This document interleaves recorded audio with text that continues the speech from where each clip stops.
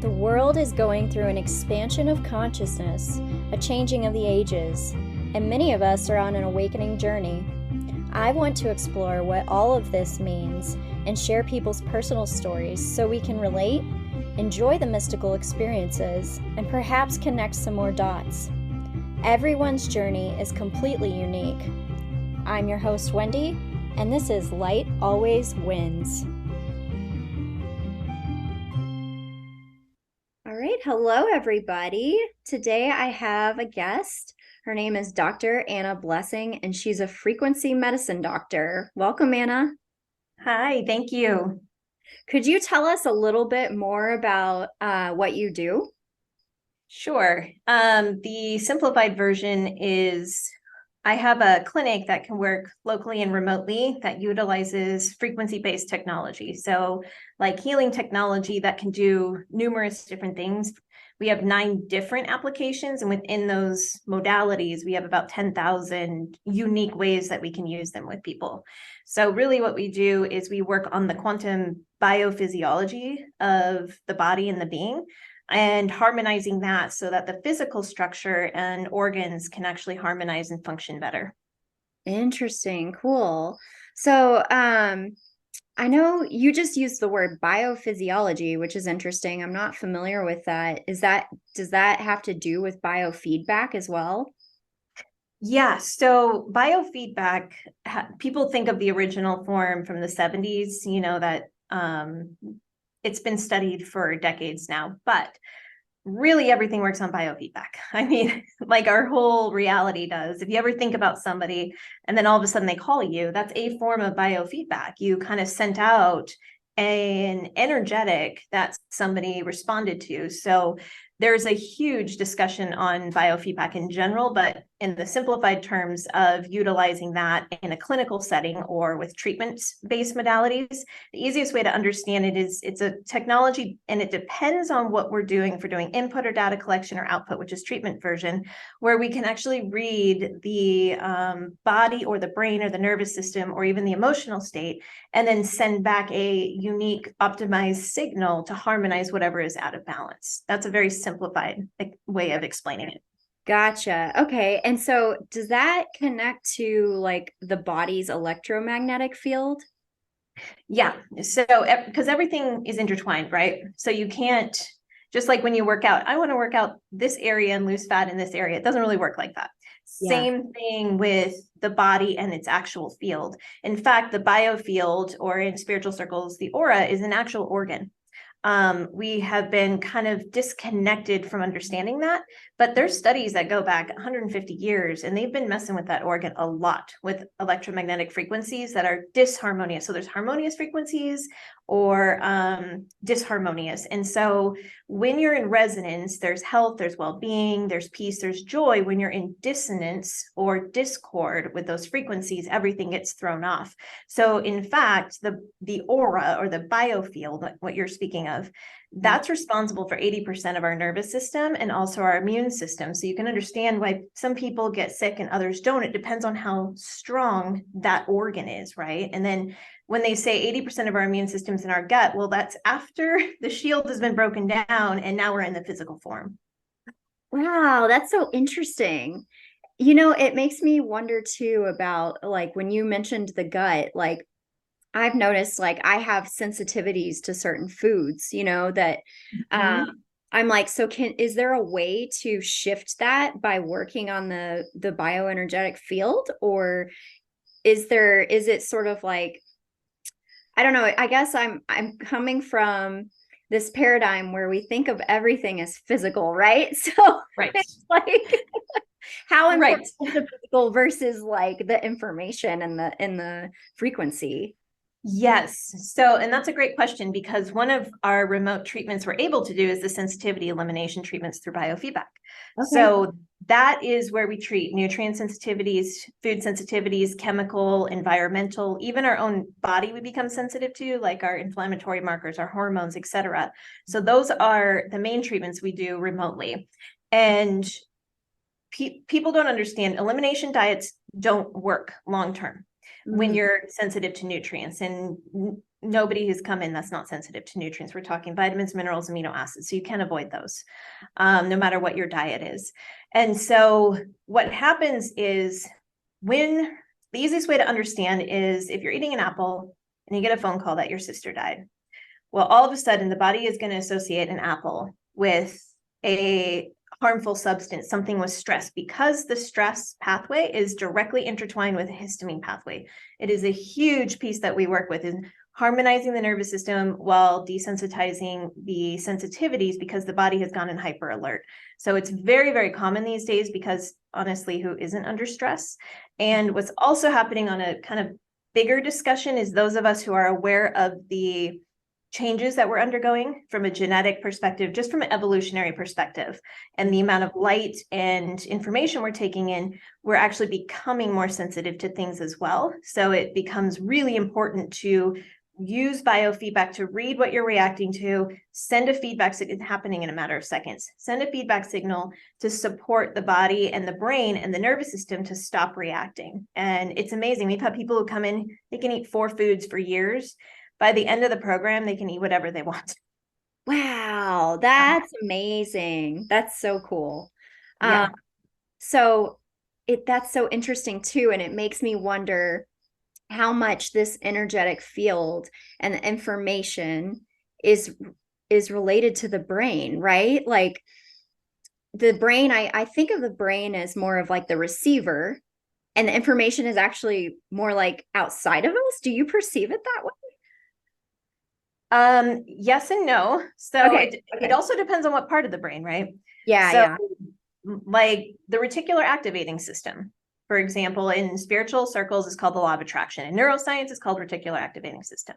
Okay. In essence, and then that is communicated with through the amygdala. And the amygdala is like the gatekeeper. And the amygdala has to do with all of our fear responses, our traumas, things we've observed, things that have been passed down. I mean, it's almond sized, but it's so crucial for that fight and flight response. Mm-hmm. And if that amygdala is constantly freaking out, then it's going to tell the reticular activating system, find something to be afraid of, find something to match that reality, right, to the programs running. So it's a receiver, but it's also a transmitter.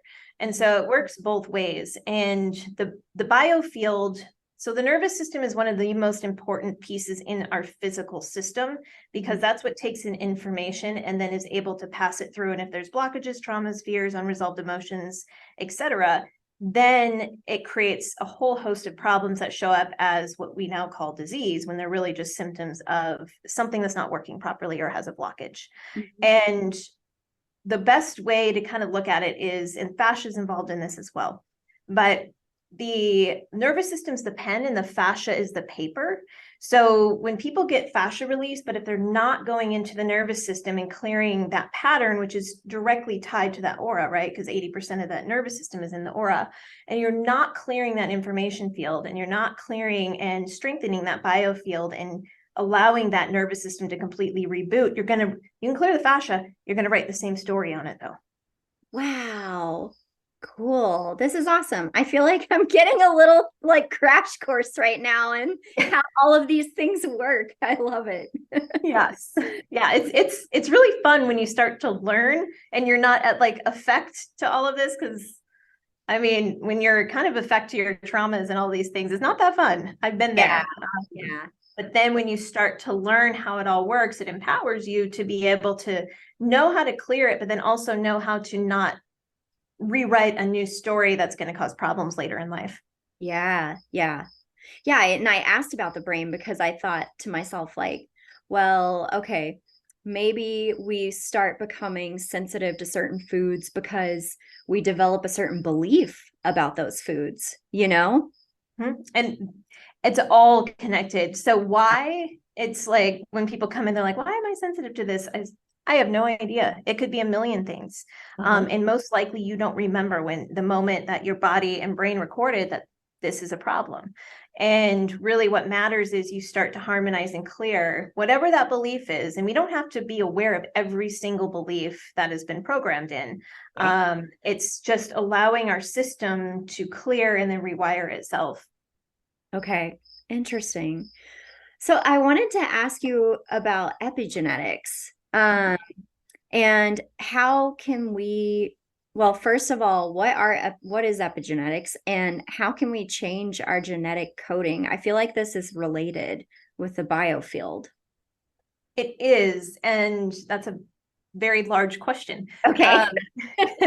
There's multiple layers there. So changing the genetics, there's an expanded conversation, of course, with what we're going through with ascension and the evolution of our species. And so that is happening regardless of whether we're choosing, it's going to happen, right? And so that's where the blockages come in. If there are things that are disrupting that or causing discord in the body, the more we ignore that or don't clear that, the harder it's going to be through this process. It's kind of anytime any species is in the evolutionary point, it's like evolve or die, you're kind of at that point. And so on the epigenetic side of like disease expression, that comes down to more than anything, the belief system and what's going on in that nervous system. And especially because what we carry in the field connects to the nervous system, it's all going to be intertwined there. And so gene expression, when you really kind of master your body, you can turn a gene on for a day, but you can shut it off the next day. So for example, people who have histamine issues, they can turn it on for a day, take a few things, become aware. Why did I express this? What was I exposed to? What message was coming through? And then they're able to go in, work with that and shut that down. Now, before you have that level of awareness, it's kind of like it's on, like for a very long period of time typically. And so then that takes time to shut that back off. So it's able to be done moment by moment at a mastery level. Most people, when they come in though, their genes have been turned on for years, if not decades. And so it takes time to kind of work through all of the layers to get them to the point where that belief, just like biology belief, by, oh my gosh, I'm blanking on his name. You know what I'm talking about, right? I don't biology belief. Hold on. He is like the godfather of epigenetics. And yeah, and he was laughed at for about 20 years in the scientific community. And Dr. Bruce Lipton. And so, yeah. And, they were in the belief that we're at effect to our genes. And he was like, no, I'm seeing that this is shifting. So he wrote Biology of Belief, because it's the perception, it's the belief, right, that then turn these genes on more than just exposures. Yes, toxicity plays a role in some of these other things, traumas, etc. But it's really getting down to the root cause is always spiritual and emotional. Yeah. It's interesting because before we got together today, I was listening to a podcast on expanding on consciousness. It's the Monroe Institute's podcast. Yep. And he was interviewing this woman, Helena Wabe, and she's been doing studies, like studying the genetics of people with psychic abilities versus people who don't display that. And she saw that it seems to be that this is expressed in the non-coding DNA, which is what people usually call junk DNA. But I guess I didn't realize it has a new name, non-coding DNA. And it sounds like this is sort of what you're talking about as well. Like there's this information moving between the genes. But something that was fascinating that she brought up is she said they believed that expression of that non-coding DNA is actually inherent in humans, or was like it was actually something we naturally had. And then as like Christianity came on the rise and a lot of people were persecuted and also kind of shoved down those abilities, it changed humanity to be like where the majority of us don't express like psychic abilities, and now a minority does. But she also was saying she believes that anybody can start practicing that and redevelop it. And I just thought that was fascinating, Yeah, it really is. And so the Monroe Institute, they train a lot of people on remote viewing. And they were connected to the CIA's Project Stargate.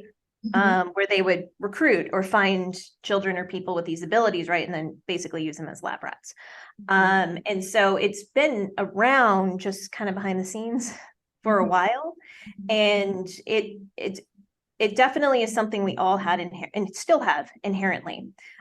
Now people's are coming online sometimes a little bit faster just because of the shifts that are coming in and so many changes from the earth to the cosmology and even just the body changes and brain changes.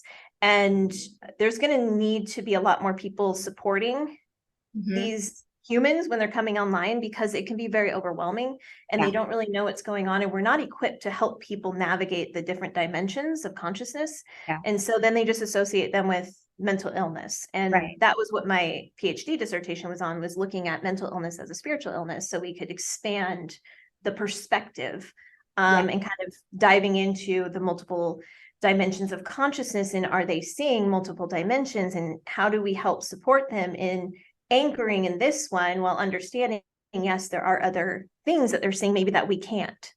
Yeah. Yeah. Wow. I love how you are like a bridge between these different realms in a way where you've got the science and then you've got the spirituality and oh, what you were saying about we need more people supporting people who are turning on. I have felt that intuitively, like ever since really the beginning of COVID. I really felt like I was very activated leading up to that.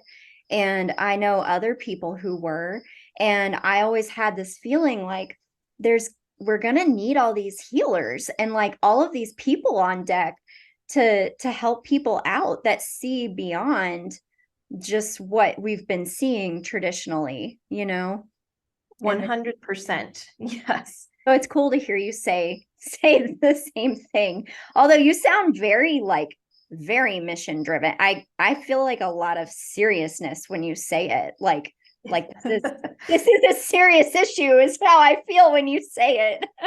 I yes, I am very mission driven. That is something that's very clear in me, and it's you got to learn to have fun with it. But I take my mission very seriously, and it's also what I observe. You know who comes in here, and the lack of support that they have because we're set up for chronic based things, but when they're in an acute state, like I've brought up, I'm like we need like spiritual emergency rooms because when these people doctors take them off their medication cold turkey, which is idiotic, but it happens. And then all of a sudden it's just too much. There's the side effects coming in. And then once you take that blocker off, all of that information is coming back in simultaneously with those side effects. And the individual knows they're like, I don't want to go to a psych ward. That's not what I need. So we're in this space where the old system is crumbling faster than like we can get out of it. And then the new hasn't been built yet. And so it's like this bridge arena that is where we really need a lot of help in. And we aren't set up for that yet. Yeah, yeah. And everything you're talking about with the mental illness and people either being cut off from medication or stopping taking their medication, I've personally been affected in my life by that. Like I've had a family member who I've been majorly affected. I won't go into all the details, but I completely understand what you're talking about. And Yeah. it wasn't until I had listened to some other doctors like Kelly Brogan, and I actually listened to one woman's personal story of when she went cold turkey on antidepressants and how she started fantasizing about killing people. I mean, really awful things, Yeah. awful side effects can happen to people. And it was when I heard this that a lot of dots connected about that the old like I can't even really call it old yet. It's still kind of a present system of Yeah. medicating these symptoms. And oh, it's really sad, not to like completely negate, the need for modern medicine or anything, but because I think that we have to sort of titrate off of these old systems into the new ones as Yeah. well. But yeah, it's wild that you made that connection, and that's been something that's huge in my life, and I'm sure it'll help other people sort of connect some dots. Mhm. Yeah. Yeah. And it is a titration out of the old, and a big part of it, because everything we contribute and co-create the reality we're in as a collective, right? And as an individual. And so a part of it was modern medicine almost had to come in because we were so dense and we had fallen so far from us as the true light beings that we are. And the DNA being shut off and all of these things. And this is very ancient, but modern medicine is only what, 150 years old. It's very new. Yeah. So we really hit a very dense point, is what I like to call it, is that density. And so even natural things weren't working the way that they used to or could have. So it was almost like it had to come in as a bridge. And then greed, of course, follows. Once greed, power, and control come, everything gets manipulated at that point. Yeah. And that's unfortunately where we're at. And the cartels are still very, very strong with their strongholds. The pharma cartel still controls the medical system, and that will take some time to unravel for sure. And so it's kind of like everything's going to be grassroots as we start to move out of the old, and start building out new support systems. And it's really going to come from individuals who just intuitively know what's needed and work to create that. Yeah, I feel that. And I see, like, the way I see it sort of happening and shifting in my own life and with people around me is like, I will just get into something like, say, essential oils, for an example. And I don't try to, like, push them or anything like that, but they see me using it and they go like, oh, what is that? Like, there's this, they see the effects, and there's this like curiosity, where you're just sort of like showing the way, not preaching it or whatever. You know what I mean?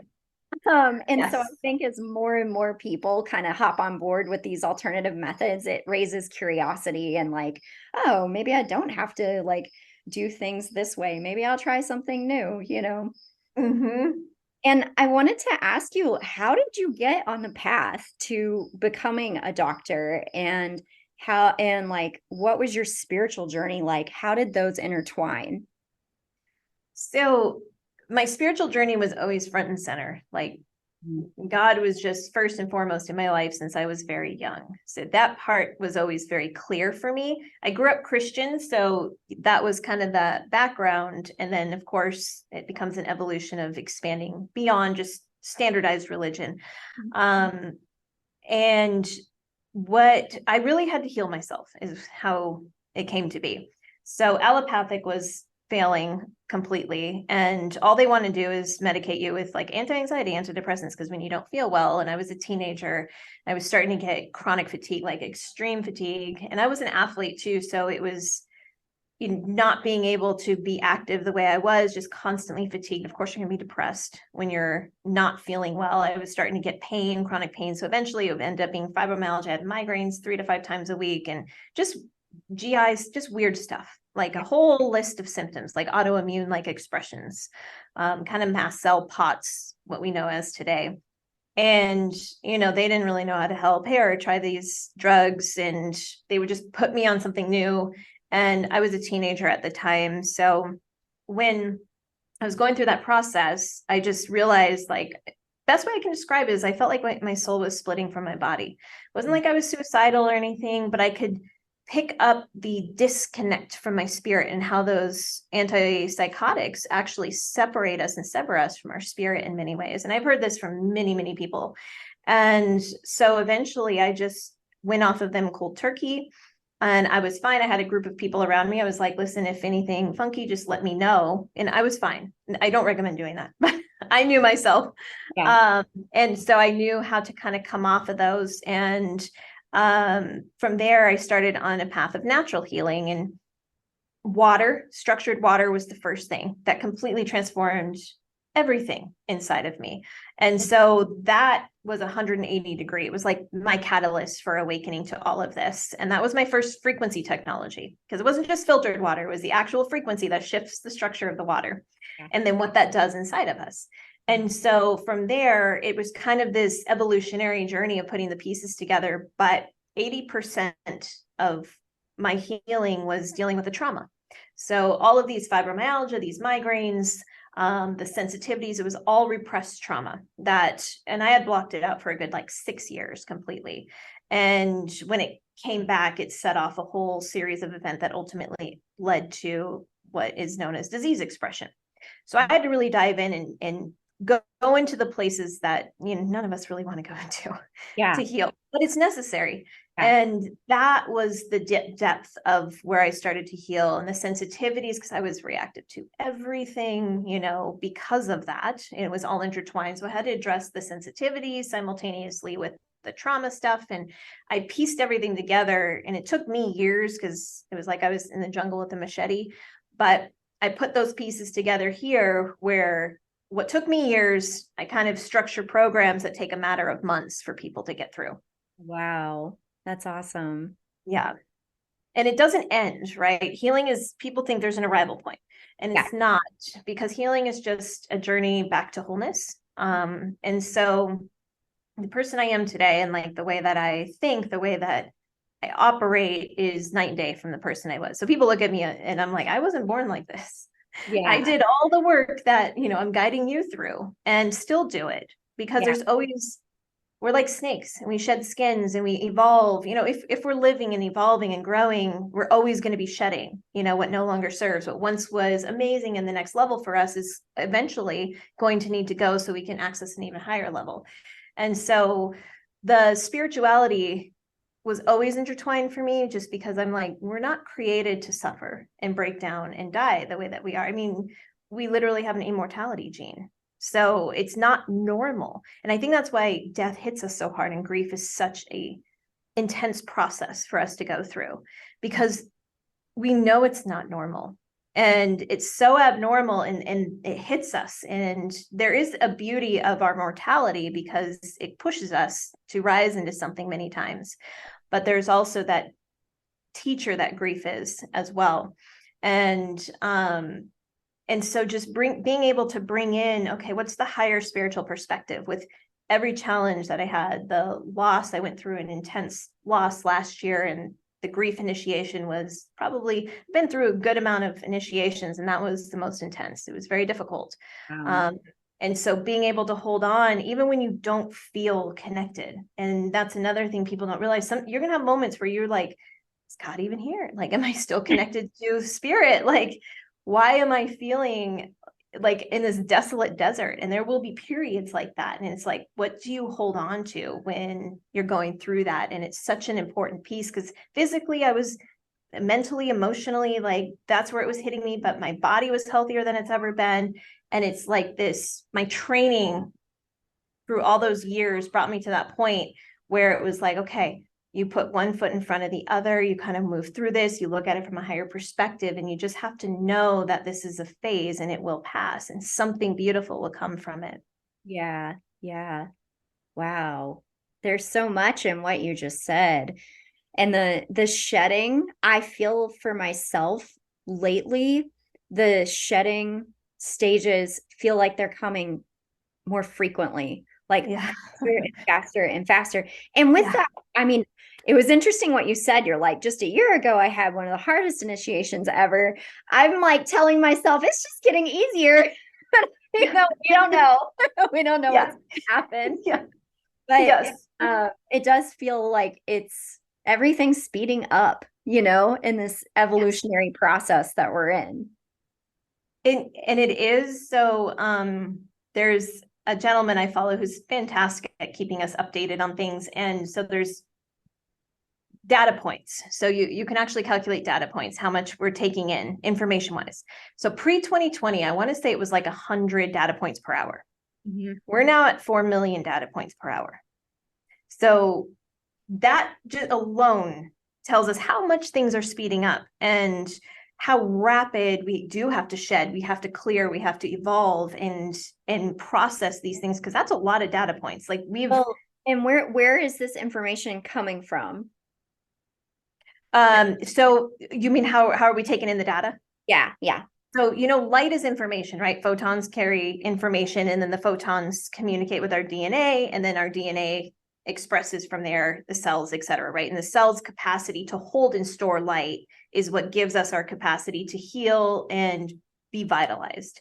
So light is coming in a lot stronger. And I even look at the sun, and it's become stronger since I was younger. Like, you can feel it. Yeah. So there's the light that's coming in, and I track a lot of like what's going on. Same with you. You did a Venus gateway, right? So all of those things bring in information, right? They bring shifts, and it affects us differently depending on our own charts, of course.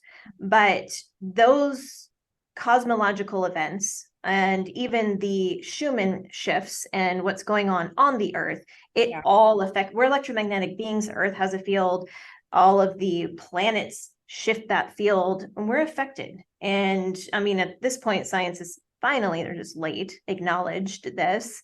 But it affects us immensely. So the amount of information and the alignments and the shifts there, that's where all this data is coming in. And it was always set. So we come in cycles, right? So just like we have an annual cycle and then planetary cycle, we also have Earth-based cycles in 26,000 year, roughly, are the cycles of like ages. Right. And so we're just finishing out that 26,000 year, moving into a new one. That's a huge shift that we're going through. So we also, because we're not taught like how our bodies work, the truth of our history, how ancient things are, you know, any of these things are just kind of written out. We're not aware of it, but we feel it. And usually we feel it in a way that shows up as symptoms for a lot of people. Mm-hmm. And it feels like with this changing of the ages, I also feel like we're being asked to consolidate a lot from our past lives. Or if you want to call it like parallel lives, if you can, you know, time is actually not linear, but it feels like we're being asked to transmute so much to get us to this next stage or this next paradigm. You know, it feels like it's not just what's happened in this life. Like for me, I feel like what's happened in this life woke me up to all the things that happened in other lives, you know, or made me aware of like, oh, I had these past lives. Oh, okay. Maybe that's why I'm like terrified to speak my truth. Maybe I was persecuted for that before, you know, things like that. We are in that. It's like the lifetime, right? Like this is the lifetime that many of us have been training for. And it's also why it's so hard, so many levels. And it's, I mean, we come here, we have amnesia. There's feelings we get. It's Total Recall, I think is the movie where they like wipe the memory, right? But he keeps feeling something. And then when his memories come back, he like comes online and he becomes a threat. Like fascinating film. They tell us exactly how everything works in movies. But it's the same idea here. We come in with amnesia, we feel something. Eventually it's like, we come online and we have all these remembrances and a lot of stored traumas, and passed down, especially from expression. I mean, that's been a big no-no for hundreds of thousands of years, right? Like probably some people say close to 3 million years of human history of where it hasn't been safe. And so there's probably a good amount of time either way with not sharing these things and really going into the truth of who we are and where we come from. That's interesting. And while we're on the subject, I have to ask you, because you're interested in frequency technology, I just was like, you must have had some Atlantean past lives, like, because I feel like that's the technologies that they were working with a lot back then and possibly also abusing. But yeah, so I'm curious, do you have any remembrances from that time at all?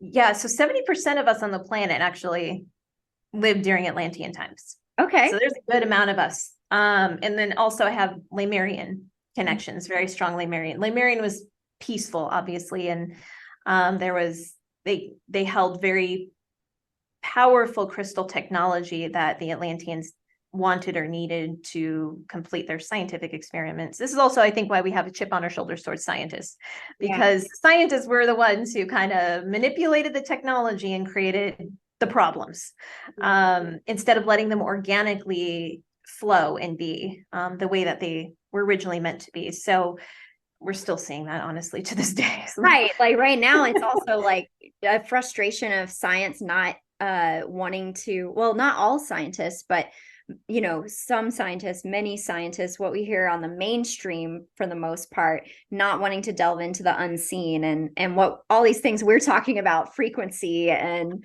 consciousness and things like that.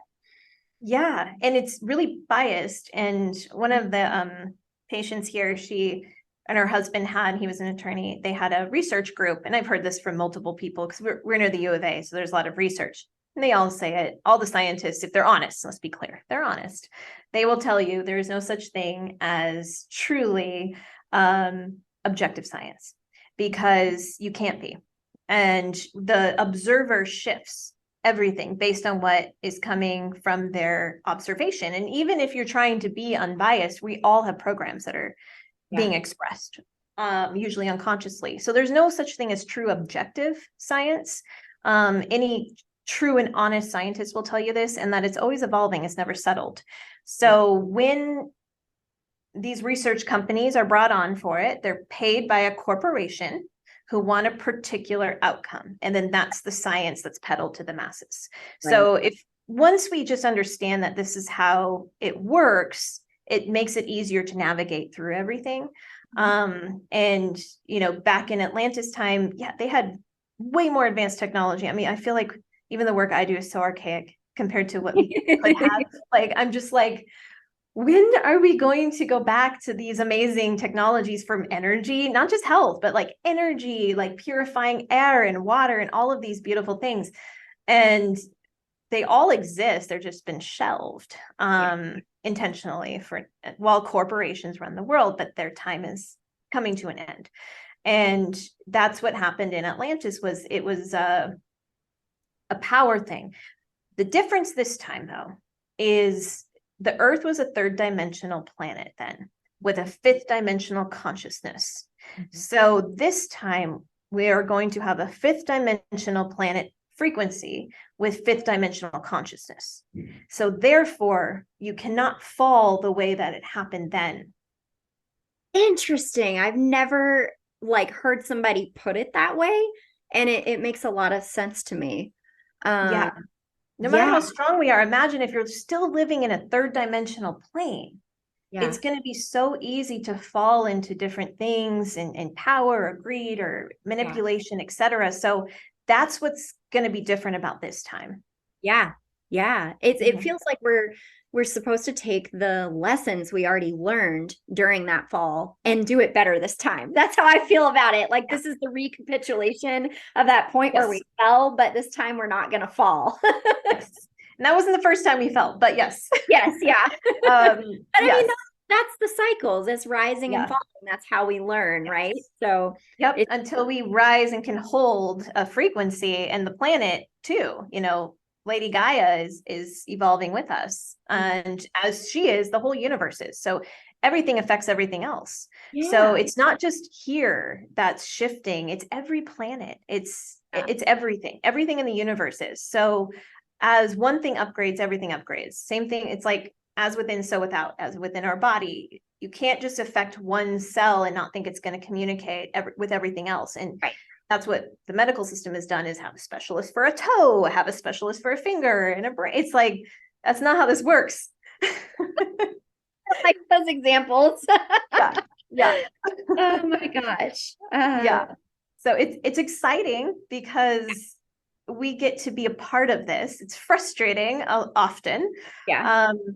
But the cool thing is because the planet's shifting, we are at the point evolve or die. That's just what it is. And so we're going to see even more and more souls transitioning.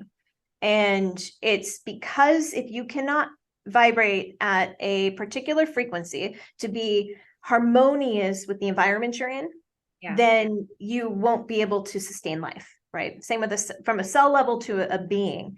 And also animals are going to start shifting. So some of them will start to go extinct because their time here is done. They've completed their mission. And then new ones we've already seen, like, they're finding fish, they're finding like creatures that are new. And we're already seeing that, which is really cool. So everything's going to continue to shift. And if people want to continue to play in the third dimension density, they will have an opportunity to do that elsewhere. Yeah. Position. That was that was where my thoughts went when you said the whole universe is shifting. I'm like seeing this other sort of like planet being formed and like certain souls going to this other school planet. Yes. And, you know, like Mm-hmm. so interesting. And I Some know are not ready to leave the 3D. I'm so ready. Yeah. I'm just here. I'm here for the ride. That's how I feel about it. But I also live out in the country. Like I don't live in the city. I don't have to witness a lot of the 3D, I guess you could say, if I don't want to. So I'm just like, all right, I got my popcorn. Who can I help? Mm-hmm. Yes. Yes. But I wanted to ask you also if you guys use microcurrent devices with people, and what do you think about those?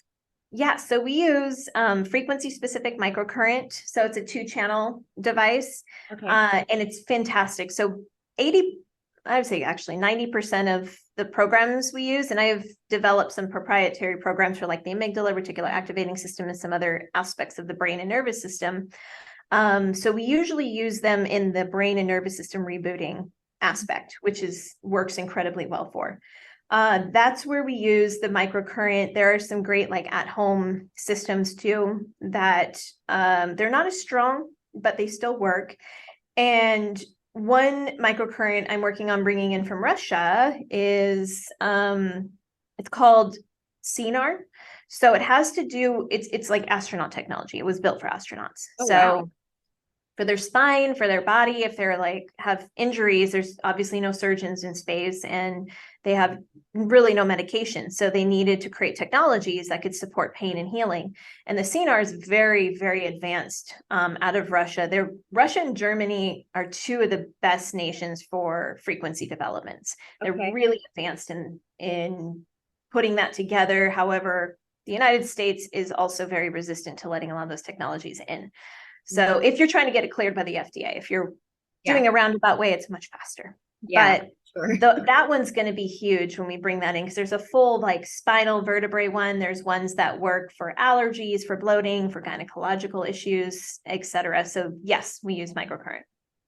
Cool. Very cool. And one thing I was also curious about is because I want to throw this out there, like if there's a gap in the market, are there insurance companies for alternative and holistic medicine? So insurance companies are still very controlled within that cartel arena, right? Well, I didn't know if it was that or if they were government regulated possibly too. Both. So there's not a lot of, there's so much that goes on with that. So insurance does not cover, of course, what we do and a lot of alternative therapies. Health savings accounts are the best way, because a lot of times they can be used on the things that normal like billing doesn't cover. Yeah. Okay. Yeah. Okay. Good to know. Because I was like, I'm always thinking with this change and everything, I'm like, where are the opportunities, And I'm like, if somebody could start a holistic health insurance company, I mean, I see a need for that, Yeah. No, every system needs new everything. Yeah. And in the book, The Invisible Rainbow, have you read that, by the way, by Arthur Furstenberg? I haven't. Mm-mm. Okay. He goes through the history of different frequency technologies being introduced to the general population, and he sees how different plagues or flus or diseases seem to have correlated with the introduction of different technologies, because like our bodies weren't used to it. So there would be this time of like, all of these issues while we were adjusting. And I've even seen studies that show a correlation between the introduction of 5G technology and COVID. And I was curious if you had ever explored that or what you think about those kinds of correlations. So when we say frequency technologies, it's important for people to understand there's harmful and there's healing. So is he talking about like the ones that are like electricity or power lines, things like that? Power lines, radio waves, just sonar, radar, that kind of thing. Yeah. So those would be in the realm of more of the harmful Okay. frequencies, right? So I think it's like 18.9 hertz that induces like panic and fear and like dread and like panic attacks in people. So, right, there's different frequencies that can induce different things. And the military uses, I work with Raytheon engineers and they build literal frequency weapons. So Wow. that exists too. Yeah. And so it's important for people to differentiate it because they get afraid of things, you know, they'll hear. Right. Yes. So there's harmful technologies and frequencies, and then there's healing ones. Yes. And the EBV, for example, is reactivated with the like 5G. I think it's like 60 hertz that is what our power lines put out. Okay. So that's why people have EBV, and it allows them to proliferate. A lot of the electromagnetic waves that we currently are exposed to from 3 to 5G, those are directly related to allowing molds and certain chronic pathogens like COVID and EBV specifically. There's been studies on all three of those, multiple studies, since like the 80s. This has been out. And it will allow them to proliferate at a very rapid rate. So it's like feeding them, and then it's working against us. So having some ways to I believe everybody needs to neutralize from EMFs, not block because they're changing, but to basically render them harmless. In my clinic, I have like $3,000 worth of things because we have very sensitive people. So it's an EMF neutral zone, meaning it's not unhealthy. And everybody definitely could use them at their home. I'll send you a link to for a great company. Most of them are so expensive, honestly, and so people can't afford them, but this one's extremely affordable and they have a patent on it. Do they use biogeometry by any chance? They use, so their patent, because it's patented, they don't share exactly what they use. Oh, okay. Okay. But they have the studies to show that it has supported people's fields in their biofield. So they have ones for cars, houses, and then of course electronics. Okay, cool. Yeah. Cool. And then I wanted to ask you also about your ethereal hospital sessions. And I love how you're doing things where you're using technology, but then it also sounds like well, I guess just tell me more about it, because it sounds like you're doing some sort of also energetic healing yourself. Is that what it is?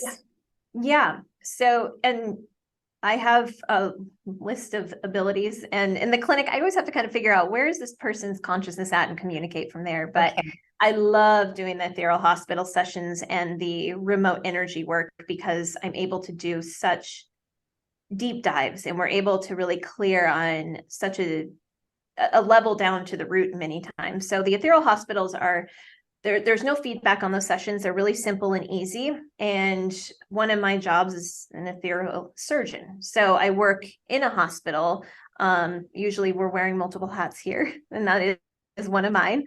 And I'm able to take the ethereal body up to the hospital and have it worked on. And it depends what's needed. Sometimes it's physical ailments that are dissolved. Sometimes it's blocking the capacity to attract abundance or receive abundance. Sometimes it's blind spots.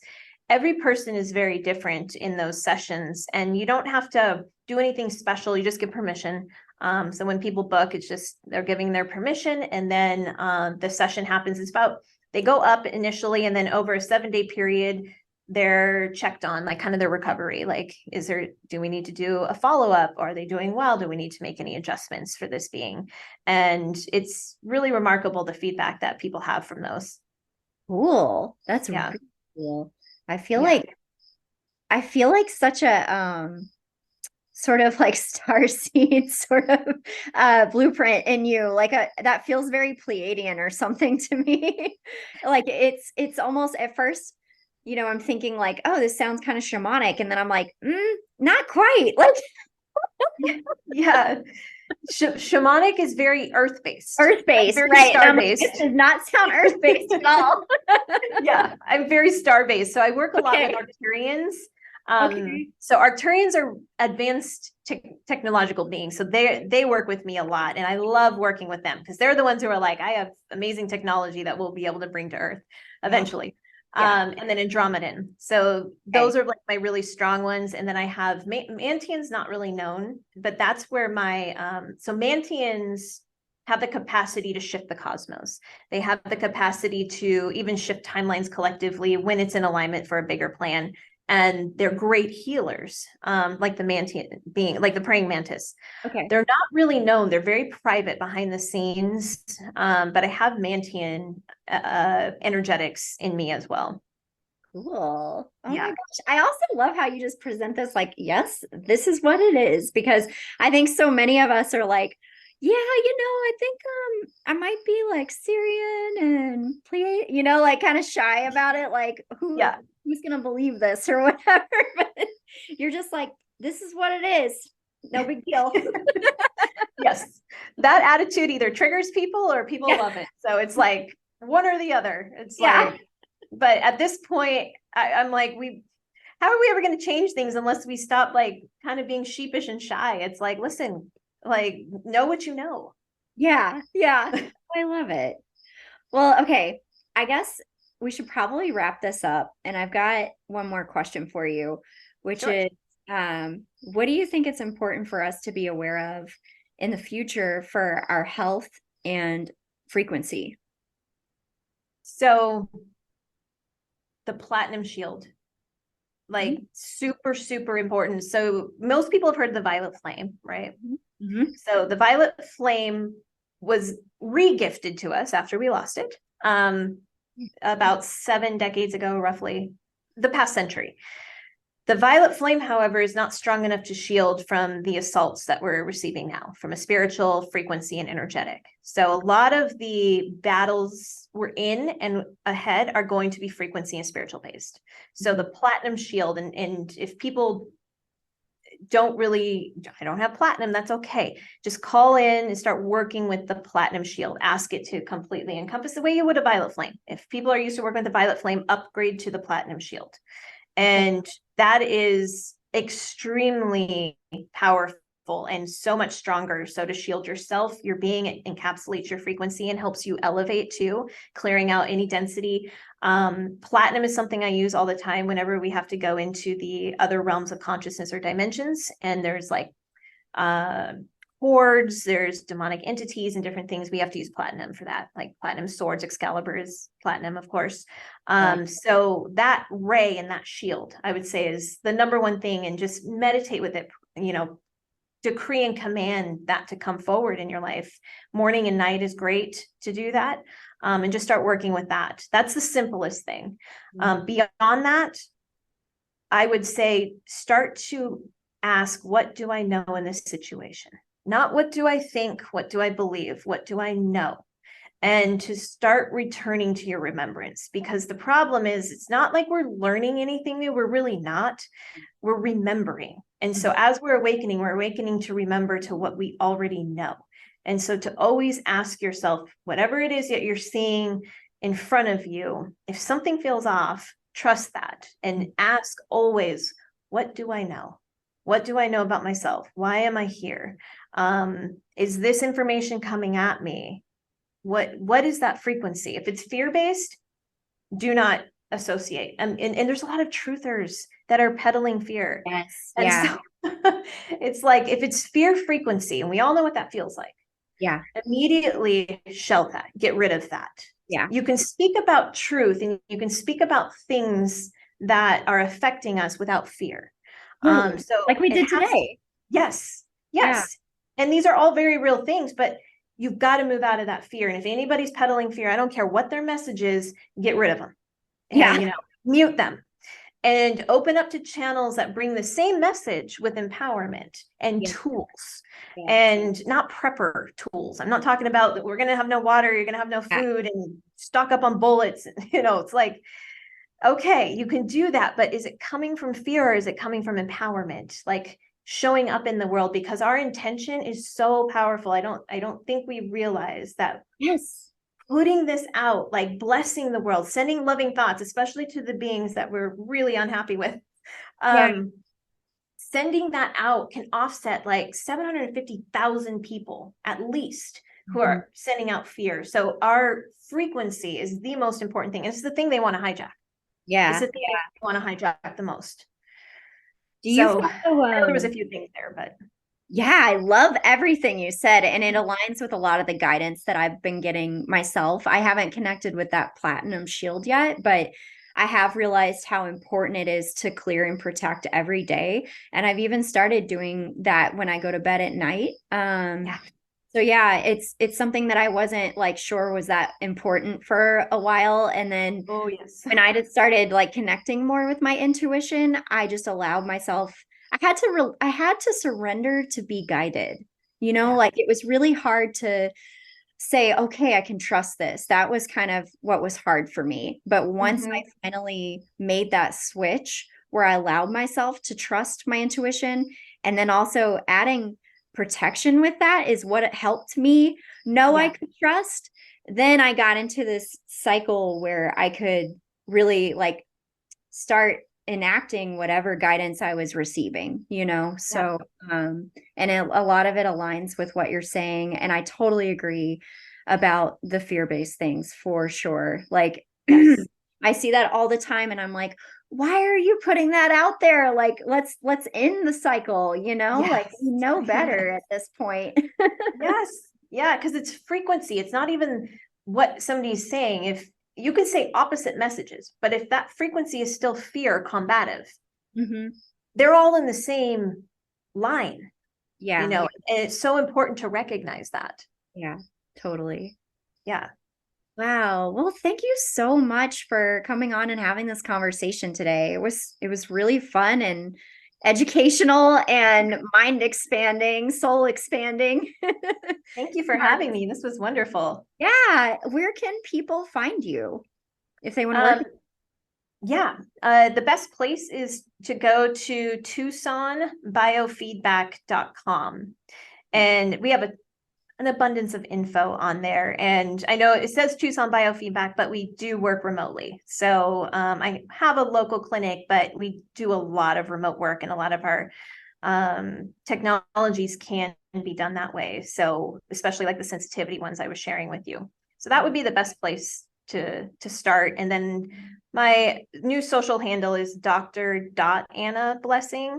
My original one was unfortunately hacked and stolen last year. So Oh, in the process of rebuilding like 12 years, of oh my posts. gosh. Yeah. Jeez. Well, So annoying, but it is what it is. yeah, Yeah. yeah. All these endings and beginnings right now, right? Oh, yeah, for sure. All right. Well, thank you so much. Thank you. Thanks for tuning in to another episode of Light Always Wins. You can find me on Instagram at light.alwayswins. And if you enjoyed the show, leave us a review and hit subscribe, and maybe share with some of your friends. Until next time, remember, light always wins.